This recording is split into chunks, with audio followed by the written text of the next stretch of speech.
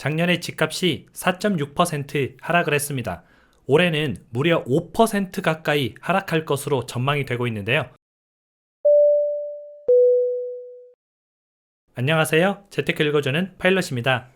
우리가 집을 살 때 대출을 해주죠. 그 대출의 척도가 되는 KB 시세, 이게 있습니다. 그러면 KB라는 곳은 얼마나 신빙성이 높은 곳인지 우리가 좀 알 수 있겠죠. 그곳에서 이번에 2024년 부동산 보고서가 나왔는데요. 여러분들이 다 읽어보시기에는 양이 많으니까 제가 오늘 중요한 내용만 한번 추려서 보도록 하겠습니다. 특히 좀 눈여겨봐야 될 부분이 올해 집값 전망인데요. 올해 집값 전망이 그래도 꽤 흥미롭게 나왔거든요. 한번 내용을 화면을 통해서 같이 공부해 보시죠. 오늘자 3월 3일에 발간된 KB 부동산 보고서입니다. 작성한 곳은 KB금융지주 경영연구소고요. 1년에 한 번씩 발간된다, 이렇게 보시면 되겠죠. 그러면은 꽤 1년 동안 나름 공들여서 작성한 자료구나 하고 우리가 알 수가 있고, 제가 중요한 부분은 형광펜으로 표시를 해놨습니다. 7대 이슈를 통해서 바라보는 2024년 주택시장 하고 나와 있죠. 첫 번째로는 역대 최저 수준이 지속되고 있는 주택 거래, 두 번째는 주택 공급 급격한 감소로 인한 공급 부족 가능성, 세 번째는 노후 계획도시 특별법과 재건축 시장 영향, 이거 1기 신도시 재건축을 얘기하는 거죠. 네 번째는 전세 수요 아파트 집중, 입주 물량 부족으로 가격 상승 가능성이 확대된다. 전세 가격이 올라갈 수 있다는 뜻입니다. 다섯 번째는 주택 경기의 최대 화두로 부각되는 금리 인하 가능성, 하반기부터 금리 인하를 할 것이다, 이런 예측이 조금 많이 나오고 있죠. 여섯 번째는 주택 경기 위축에도 늘어나는 주담대, 우리가 주택담보대출이 최근에도 계속 급증을 하고 있잖아요. 그래서 그 부분에 대해서 또 다루고 있고요. 일곱 번째는 주택시장 안정화를 위한 정책 기조 지속, 완화 폭이 핵심이다. 지금 주택시장을 잡기 위해서 계속 뭔가 한 가지 일관된 정책을 하고 있다. 그 정책이 유지될 것이다, 그렇게 보고 있는 거죠. 그 다음은 오늘의 핵심 내용이죠. 주택 매매시장 하락 전망이 우세하다. 부동산 투자 선호도가 하락되고 있다. 2024년 주택 매매 가격 지난해에 이어서 올해도 하락 전망이 우세하다. 높은 금리가 가장 큰 부담이다. 올해도 집값이 떨어진다는 거죠. 근데 주택 전세 가격은 비수도권은 하락 전망이 우세하나 수도권은 전망이 엇갈린다. 그러니까 수도권은 좀 올라가는 곳도 있고 내려가는 곳도 있다는 거죠. 지역별로 수도권에서는 주택 전세 가격이 상승과 하락 의견이 엇갈렸으나 비수도권에서는 하락 전망이 우세하다. 수도권의 어떤 지역은 전세가 올라갈 것이고 어떤 지역은 떨어질 것이다. 그런데 비수도권에서는 전세 가격이 떨어질 것이다. 그래서 전체적으로 전세 가격은 낮아진다, 이렇게 지금 얘기를 하고 있죠. 그래서 우리가 어떤 곳들은 이제 전세 가격이 올라가다 보니까 지금 전세가 오르는데요 하시는 분도 있을 겁니다. 근데 그게 지역별로 차이가 있다. 그리고 이제 경기 회복을 위해서 금리 인하가 이루어질 텐데 대출 규제 완화가 중요한 변수다.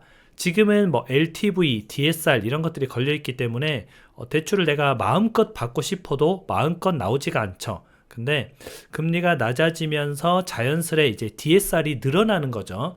DSR을 완화해주는 개념이 아니라 금리가 낮아지면 내가 빌릴 수 있는 돈이 많아집니다. 그리고 LTV 같은 경우는 정부가 풀 수가 있죠. 그래서 이런 부분들이 좀 중요한 변수가 될 것이다. 투자 유망 부동산으로는 아파트 분양, 신축 아파트, 재건축, 근데 이게 다 저희가 이야기를 나눴던 겁니다. 아파트 분양은 분양가가 주변 시세 대비 30% 저렴하면 분양을 받아도 된다. 그리고 이제 신축의 공급이 줄어드니까 신축 아파트 선호도가 더 높아지겠죠. 그래서 신축 아파트가 좀 유망할 것이고, 재건축이 지금 밀고 있긴 한데 그렇다고 해서 재건축이 다 좋다, 이건 아닙니다. 제가 말씀드렸다시피 1기 신도시에서 이제 선도지구, 정부에서 본보기로 조금 빨리 시켜주는 곳들이 있다는 말이죠. 그런 곳들은 이제 빨리빨리 되니까 상대적으로 유망한 투자처이다 라고 보는 거죠. 그리고 고자산가는 투자자산으로 예금과 채권을 선호하고 부동산 경기 위축 및 고금리로 부동산 선호도는 하락했다. 부자들조차도 지금 돈을 현금으로 최대한 가지고 있으려고 하는 거죠. 부동산 투자보다. 근데 특이한 사항이 이게 이 보고서가 2017년부터 나왔거든요. 2017년부터 원래 부동의 1위가 부동산이었어요. 근데 그 부동산이 예금과 채권에 1위를 내주고 3위까지 밀려난 거죠. 지금 그 말은 부자들은 벌써 현금을 챙기고 또 다른 기회를 준비하고 있다는 겁니다. 그리고 부자들은 부동산 세무에 대한 상담 수요가 높으며 이제 세금을 조금 절세하려는 거죠. 보유 부동산 처분에 대한 관심도도 증가했어요. 그러니까 세금도 좀 아끼고 가지고 있는 부동산도 좀 처분해서 내가 최대한 현금을 들고 있으련다. 지금 상황이 조금 불확실하고 부동산이 떨어질 것 같으니까 최대한 이제 현금을 보유하려고 하는 겁니다. 주택 매매 시장에서도 지금 뭐 양극화가 일어나고 있는데요. 수도권 주택 시장은 전반적으로 침체돼 있다. 근데 강남 등 선호 지역은 상대적으로 강세다. 그래서 우리가 이제 상승론자와 하락론자가 있습니다.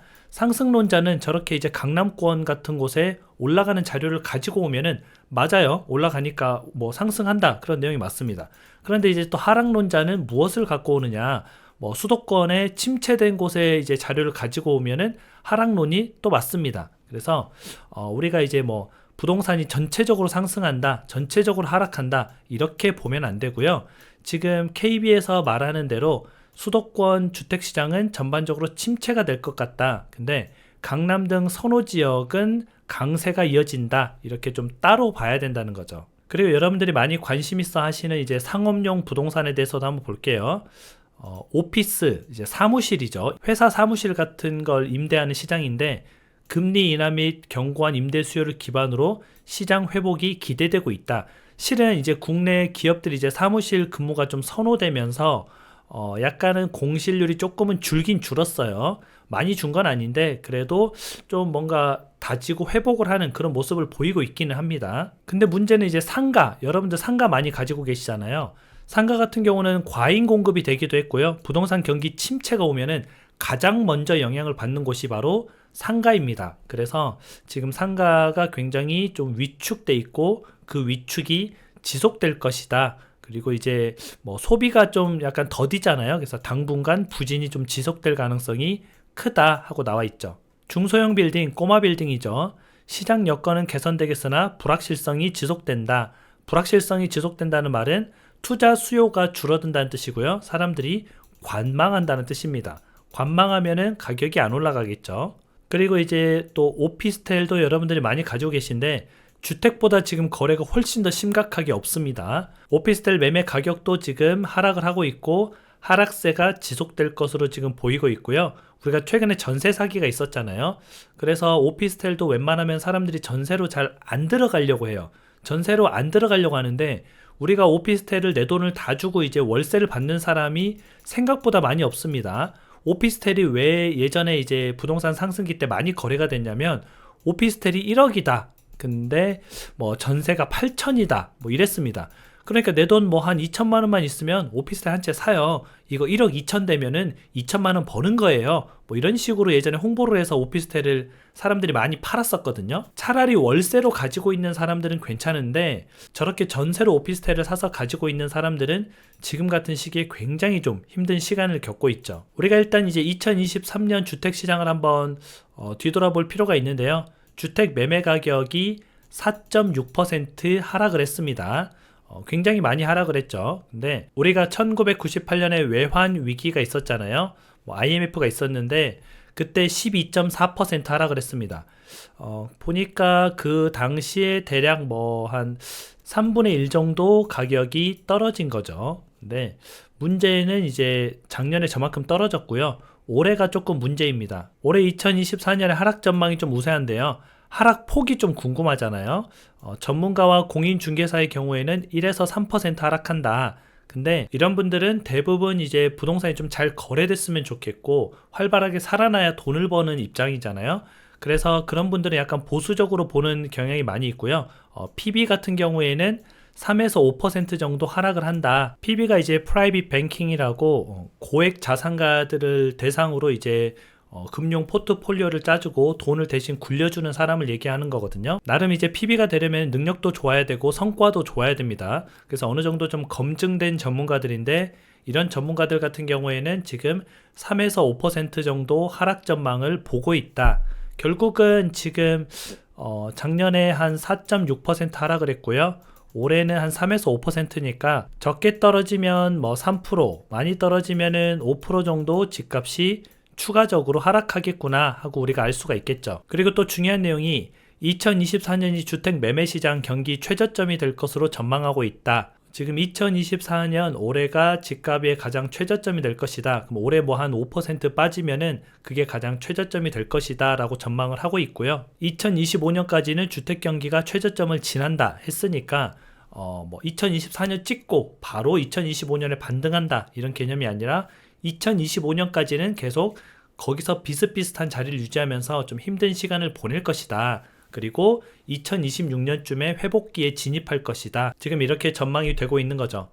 뭐 뒤에 내용이 정말 많이 있는데 이거 다 하나하나 읽자면 몇 시간 걸리니까 제가 방송에서 하긴 좀 그렇고요. 여러분이 시간이 되실 때 네이버에 2024 KB 부동산 보고서라고 치시면은 그냥 바로 쉽게 다운을 받을 수 있으니까 저걸 한번 쭉 읽어보시면 여러분들 투자에 굉장히 도움이 될 겁니다. 저 보고서를 한번 또 짧게 요약을 해보자면은 올해 집값이 3%에서 5% 정도 하락할 것이고 전세 가격도 떨어질 것이다. 근데 전세 가격은 뭐 수도권을 중심으로 올라가는 지역도 있고 내려가는 지역도 있다. 근데 비수도권은 전세 가격조차도 하락할 것이다. 그래서 평균이 전세 가격 하락이다. 지금 이렇게 얘기를 하고 있는 것 같습니다. 그리고 2024년이 아마 최저점이지 않을까라고 저기 보고서에서는 얘기를 하고 있으니까 우리도 한번 그거를 놓치지 말고 잘 주시하면서 기다리면 좋겠죠. 그럼 앞으로도 여러분들하고 같이 이렇게 재밌게 계속 부동산 공부를 해나가 보도록 하겠습니다. 여러분들 오늘 하루도 행복한 하루 보내세요. 다음에 다시 만나요.